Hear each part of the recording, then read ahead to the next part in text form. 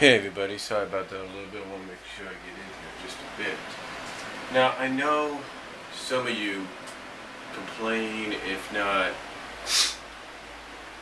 criticize the fact that I talk only about the negative. And here's the thing.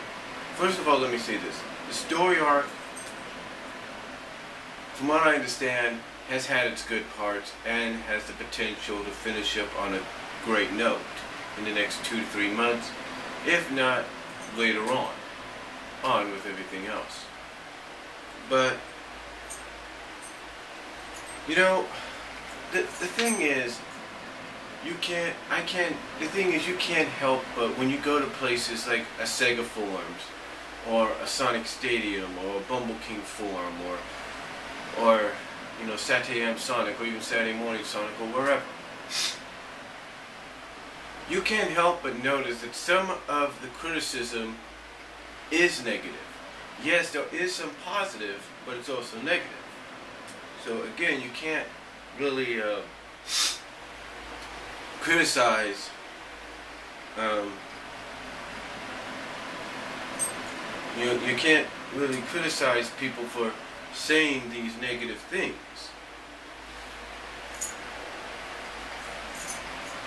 You can't criticize them for saying these negative things. And the truth is, they have a right to their opinion, just like you guys have a right to yours. And all I'm doing is just sharing what they're saying, because that way you can kind of get an understanding of why some of those people that don't talk about it much on places like here on YouTube or blimp.tv or wherever, why they feel the way they do. And yes, it may be due to the fact that a lot of them, like myself, have been longtime fans of the franchise and mostly been fans of the characters that really helped put that franchise on the map through the comic books and through the cartoons. And it does kind of upset us when we see these characters all of a sudden, you know, put on the sidelines or taken out of commission or turned into robots, if you will, just for the sake that in some people's eyes, and this is just my opinion, in some fans' eyes, to make room for the game casts. So, again, this is the same person. What I'm about to read here is from the same person that I read the other rant from yesterday. The name is, trying to find it, Vorahk295. So, and basically the title of this one is called Mecha Sally, You're Doing It Wrong. Now, I'm probably going to put Sally's current situation, You're Doing It Wrong, on there. Or something like that. I'll figure out a title, don't worry. But anyway, this is what they said about, well, this is not necessarily 4 hours ago. I'd say more like maybe about 8 hours, 7 hours ago. But this is what they said. The title again is Mecha Sally, You're Doing It Wrong. And this is what they said. And I quote, I have some stuff to talk about concerning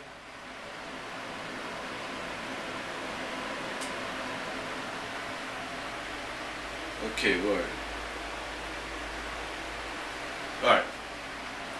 I have some stuff to talk about concerning my new newslock, which will include the rules for the run. But since I'm going to be submitting this to some of the groups I'm in, I'll save that for tomorrow. I guess in other words, he's going to talk about something else differently tomorrow. Alright. Continuing on, and I quote. Now, in case you couldn't tell already, I don't like the way Ian Flynn has handled Mecha Sally. However, my addressing this has been only in the form of sporadic sections of ranting on other journals and in comics. So I thought I'd bring it all together to discuss my problem with the character in a similar yet more refined manner to my top 12 worst Sonic characters, and they provide links to this. And they provide a link to that. Here it is. That said, I want to clear something up. I do not hate Sally.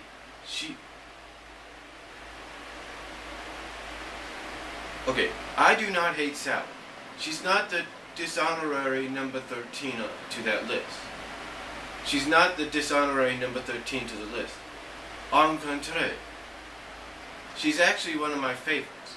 However, I think in terms of previous possessed hero characters, Mecha Sally is lackluster and boring.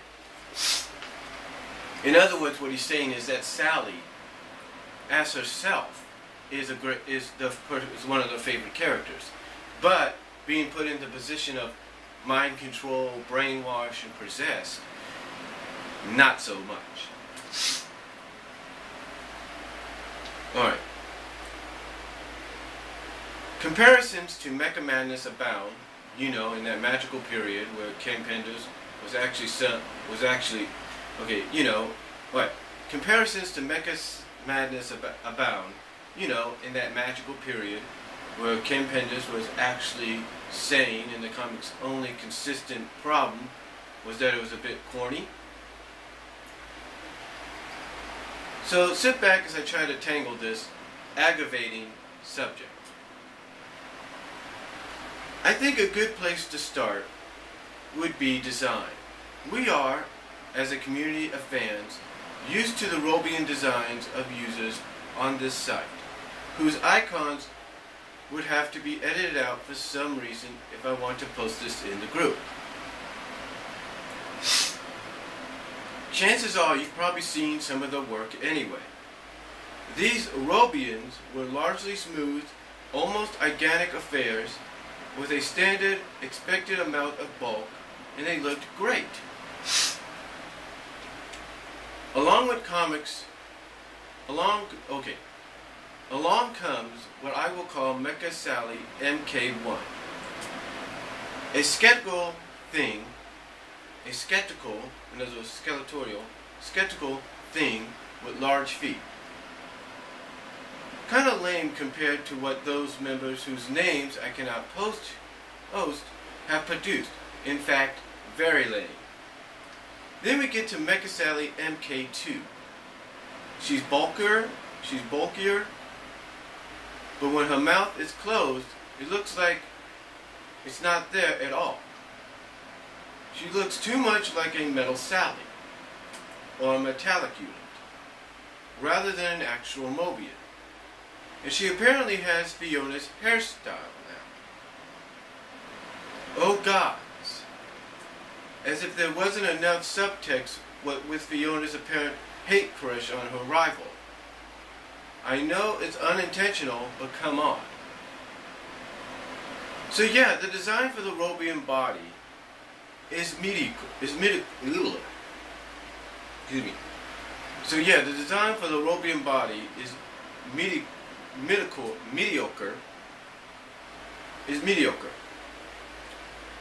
Now let's talk about the robotization itself. I honestly, flat out refuse to believe how ridiculously chancy the situation was.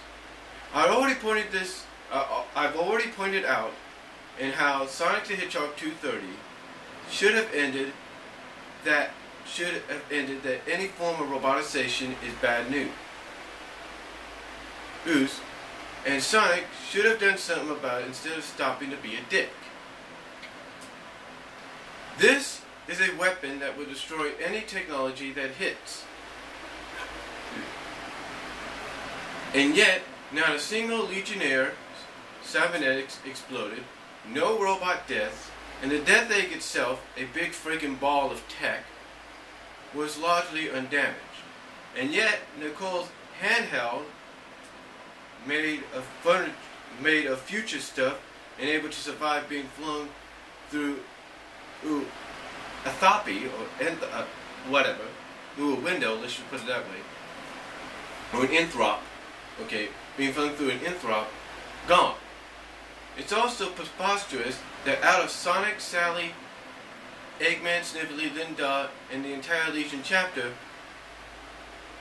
only one of those people became susceptible to roboticization. At least show a few Mecha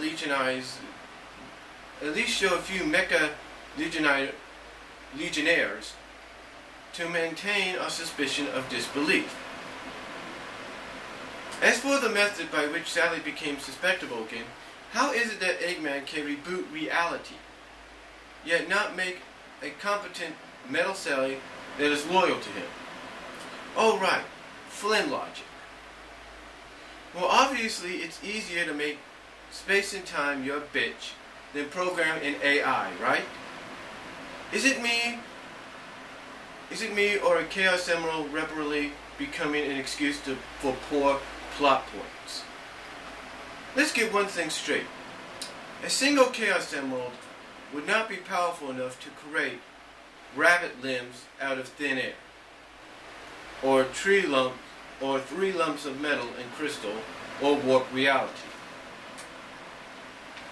Proceeding onwards, we have the reaction to it. Let's talk about Sonic's reaction. His response to Sally being roboticized is to sit on his ass and watch a trial. Hello? Really? Calling Hitchhog here. That's your girlfriend. You have a hoverboard and a power ring or two. Go save.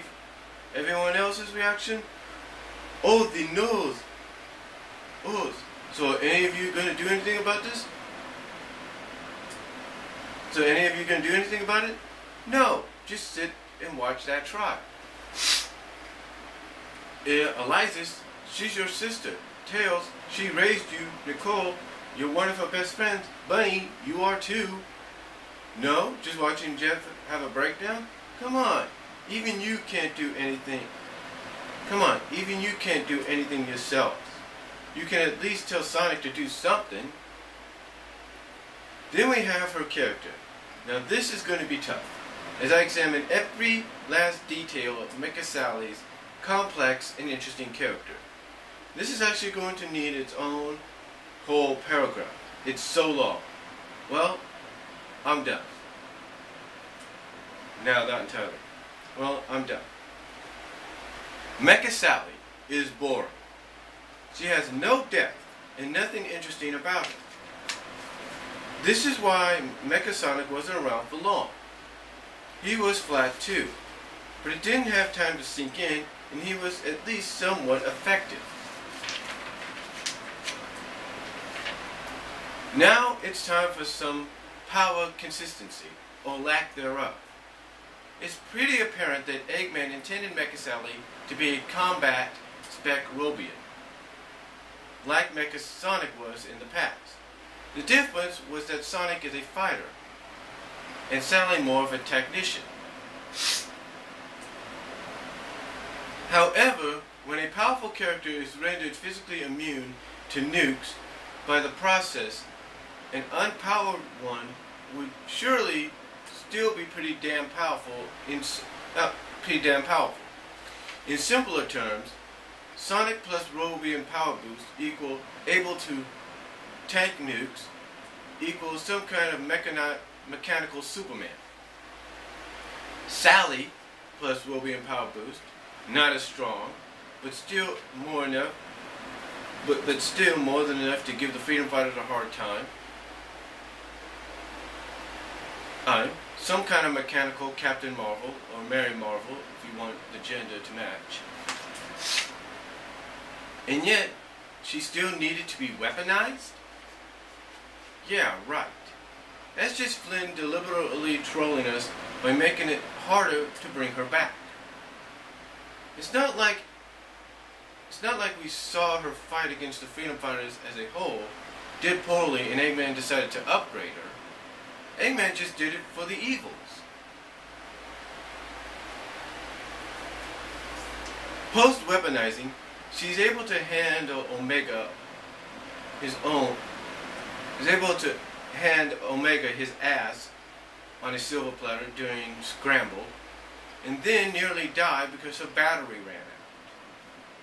Yes, Eggman is using a power source that drains itself away and is very limited, and is in a very limited supply, and can only be received by his enemies through the actions of a being they have exiled and stripped of that ability. In other words, there is a shortage of batteries. You see, the reason why we use Duracell or Energizer and not random plutonium is that Duracell and Energizer are readily available and are even advertised as long-lasting. A power ring is neither of those. Are we sure this guy didn't order his doctrine off of eBay and cheat his IQ test? Because he's an idiot. On top of that, this is not how power rings and robots mix. Shoving a power ring inside her would not simply be a battery, it would also restore her senses. I used to think it only worked with Chuck and SatAM because in SatAM he created the power rings, so it was something mystical with a neurous connection to him, but it's worked on others in the comic. But yes, she can defeat Omega, and yet Sonic, Tails, and Amy have, in recent issues, been able to fight her to a standstill. Sonic, I can buy that. Tails, maybe. Depends if he's actually being useful on that day. Amy, no way. I refuse to believe that this amazingly powerful battle robot, whom they have to be careful about how hard they hit, can handle a 12-year-old girl with a hammer. She can fly, she has energy blades, and a load of guns shoved into her body, and she loses? This is not how you write a villain. Flynn, maybe if you had a hint that Sally herself was fighting from the inside, it would make some sense. But nope, 100% minus. And then she fucking outran Sonic? Fridge equal nuked. Nuking the fridge is a term that, if my sources are correct, was coined by Doug Walker, aka the guy with the glasses, concerning a moment in the 4th Indiana Jones movie, wherein Indiana survives a nuclear explosion by hiding in a lead-lined fridge.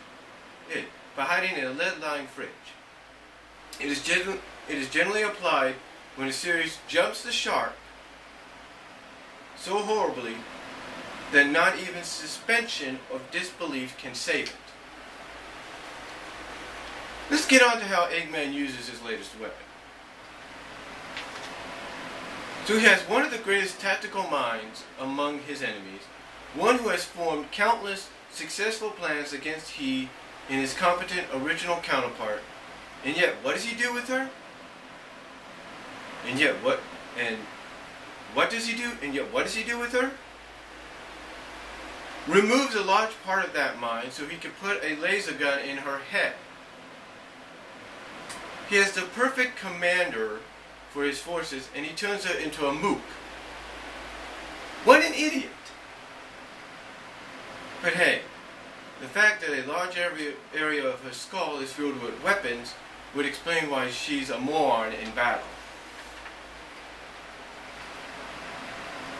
So she just flies into battle, gets defeated by her invincible former allies, and runs away with her tail between her legs. Every single time. Thanks. Every single time. It's insultingly predictable. I'm assuming that in 240, Rhoda will do what Sonic, Tails, and Amy have been doing, and then in 241, someone will finally save her, and it better be by Sonic or Nicole, preferably the latter. It would bring things full circle from Sally versus Iron Nicole. In any case, if we're lucky, we only have to deal with this crap for 2 more issues.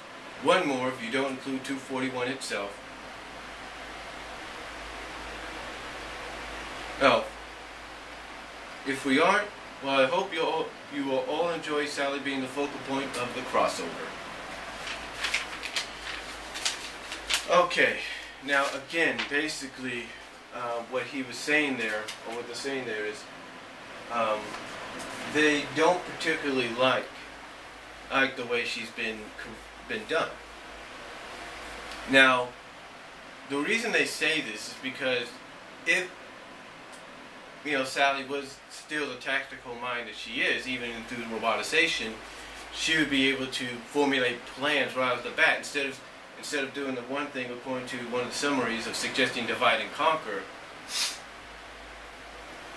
She would have said, well, you could do this better, and they wouldn't see it coming because that's how they go, or something like that. So you can't really blame them. You can't really blame them. But that's just their opinion. Like I said, everybody's got a right to it, and I'm just reading off what they said. And quite honestly, you can agree with it and you can disagree with it. But that's how they feel, so let's just leave it at that. So that's all I'm going to say. Comment down below, tell me what you guys think, and I'll talk to y'all later.